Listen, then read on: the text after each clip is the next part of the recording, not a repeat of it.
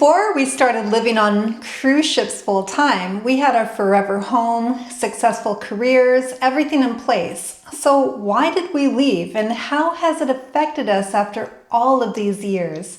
Today, I'm answering your questions.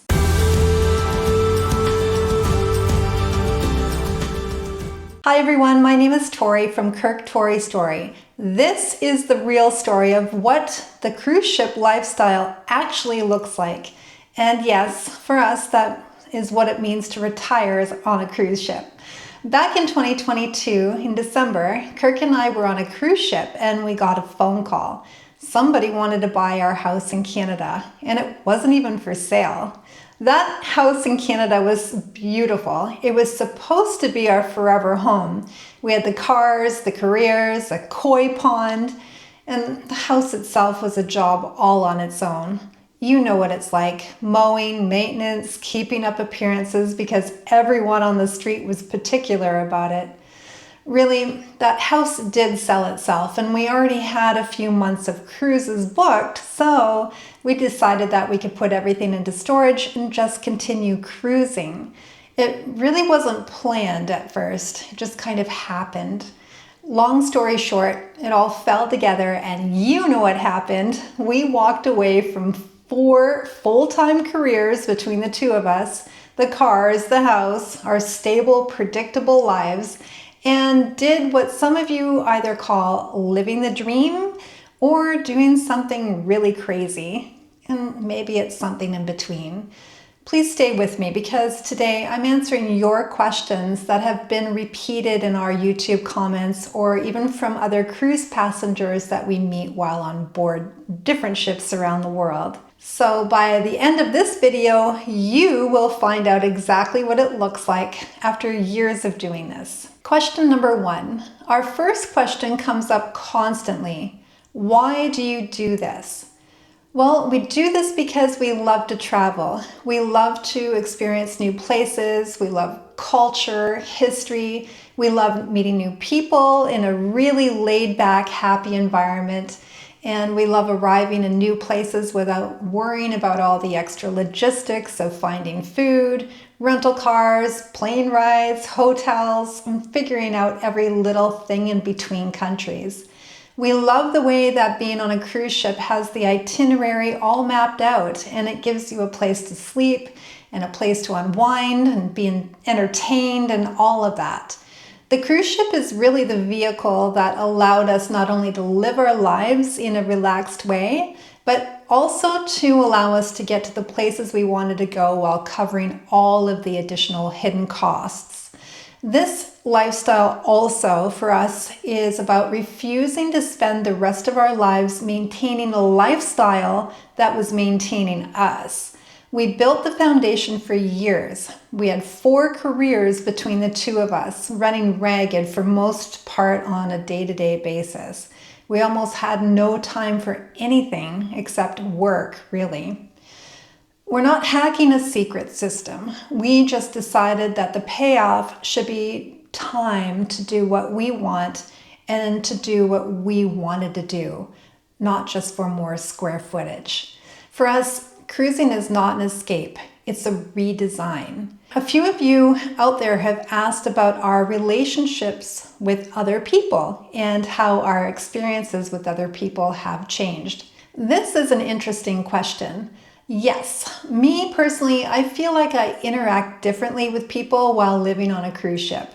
Think about this. When I was a real estate broker, I saw people at their most vulnerable. Worried about their assets, worried if their house would sell, worried about money, worried about day-to-day. Now the people I meet are on vacation. They're relaxed. They're sleeping in. They're trying new things with the best of intentions.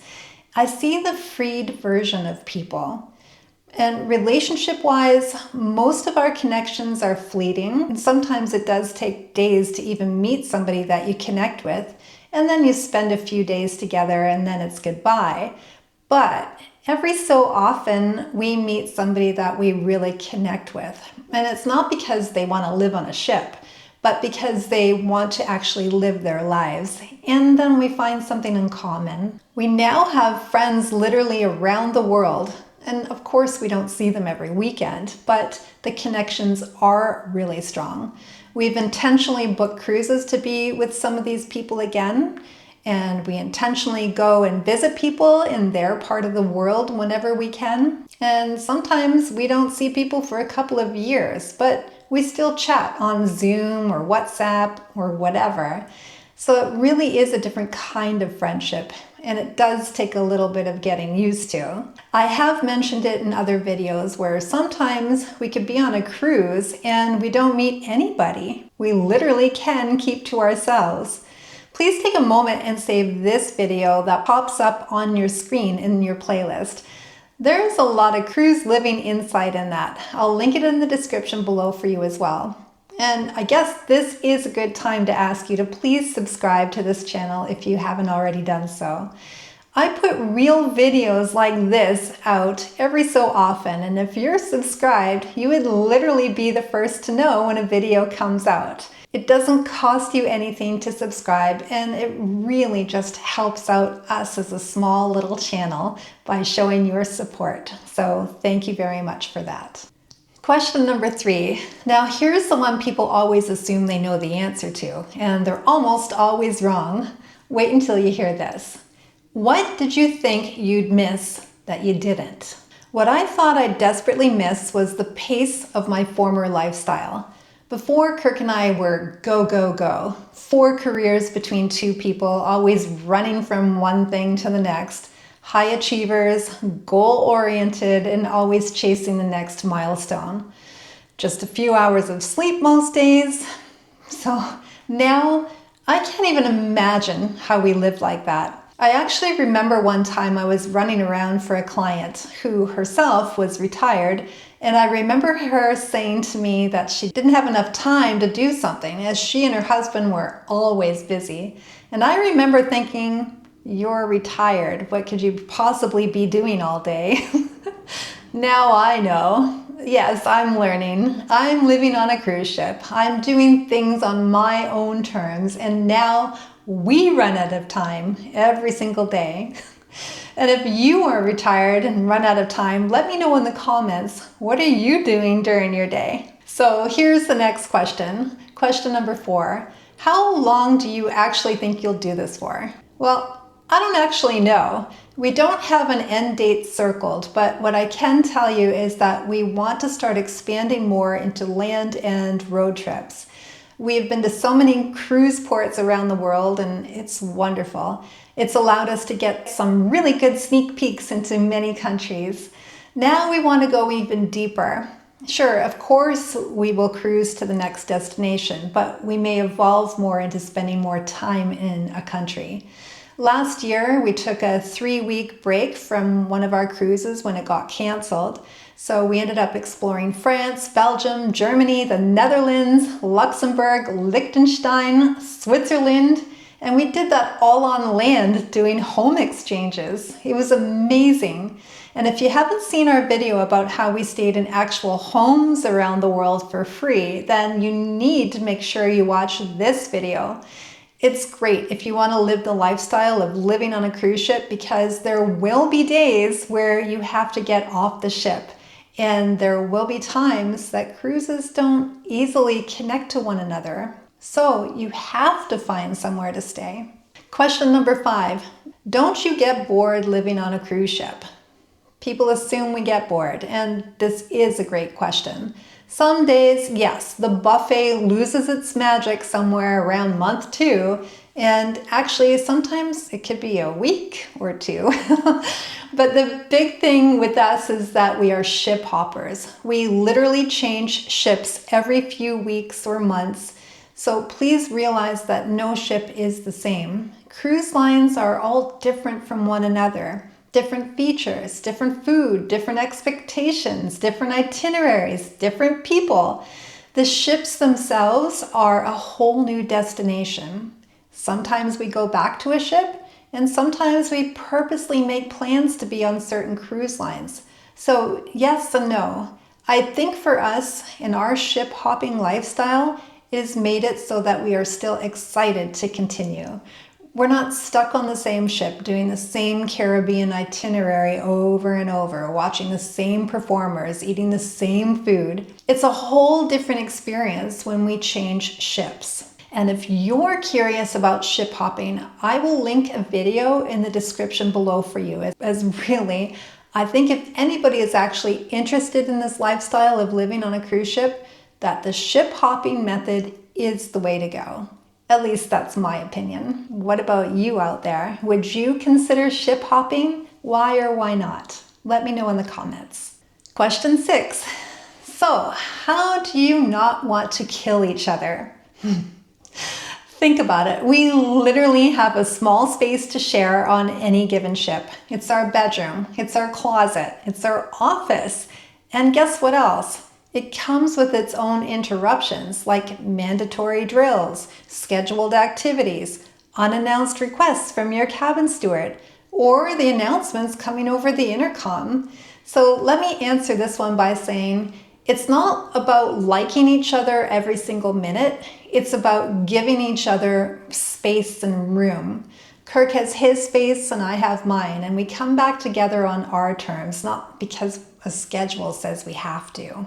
Question number 7. What happens if you have a real emergency at sea? So there have been small scares. Kirk had a tooth pulled, nothing dramatic, but we also had 2 real emergencies. We flew to Canada when my mom had been unexpectedly hospitalized and then soon thereafter passed away.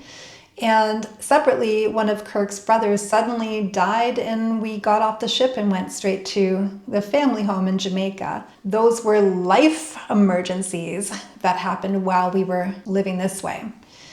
It's one of the reasons that we chose to live on cruise ships now, at an age where we still have the energy to experience the world and to do things instead of waiting until it might be too late.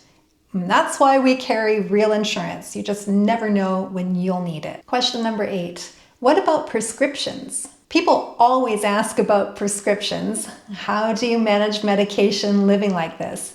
And here's my answer. Neither of us take any. So when somebody asks for my advice on it, I really do feel like my answers are kind of general. And that does bother me because I do want to be useful to you in these videos, not vague. So this is why I love it when you put your comments below, because everybody here can read them and we can all use this platform to help each other with any of our experiences. So if any of you out there see a comment that you can answer about cruising and prescriptions, help me out. Okay, now for the next one. Question number 9. I guess this one is more of a comment rather than a question, but some people have implied that we're running away from responsibility. Kirk and I are not running away from anything. We're running toward doing things our way. Kirk and I are our own bosses. We're ultimately responsible for organizing and paying for an entire life while living out of a couple of suitcases and a huge variety of cruise ships and itineraries around the world. How is that not being responsible? Near the end of our careers, we realized we could possibly leave, and I'm not going to say that it was just easy to sell the house and start cruising. Of course we were scared. Walking away from a steady paycheck and from everything that you know in your world, that isn't easy for anybody. We literally had built an amazing life, and I feel like now we're living our lives the way we want to. And our final question came from one of you who had asked, how do you know that you made the right call? Well, we just know. We're happy and we're doing what we want. We've met great people. We've learned so much with all of this cruise travel, and we're so happy to share it with you. And hey, we really are glad that you've subscribed to our channel because it does show us that you're interested in what we are sharing. Kirk and I both really appreciate it. I think we're doing this because it makes us happy. And the day that it becomes not fun is the day that we will know either to just change something or to stop. Who knows? So now for the fast version. Everything I just told you in 60 seconds. Here we go. Sometimes there are signs that show you when you're ready to do something. And for us, it was the decision to sell our house and start living on a cruise ship. We stopped caring about appearances, the bigger house, the newer car, all of it.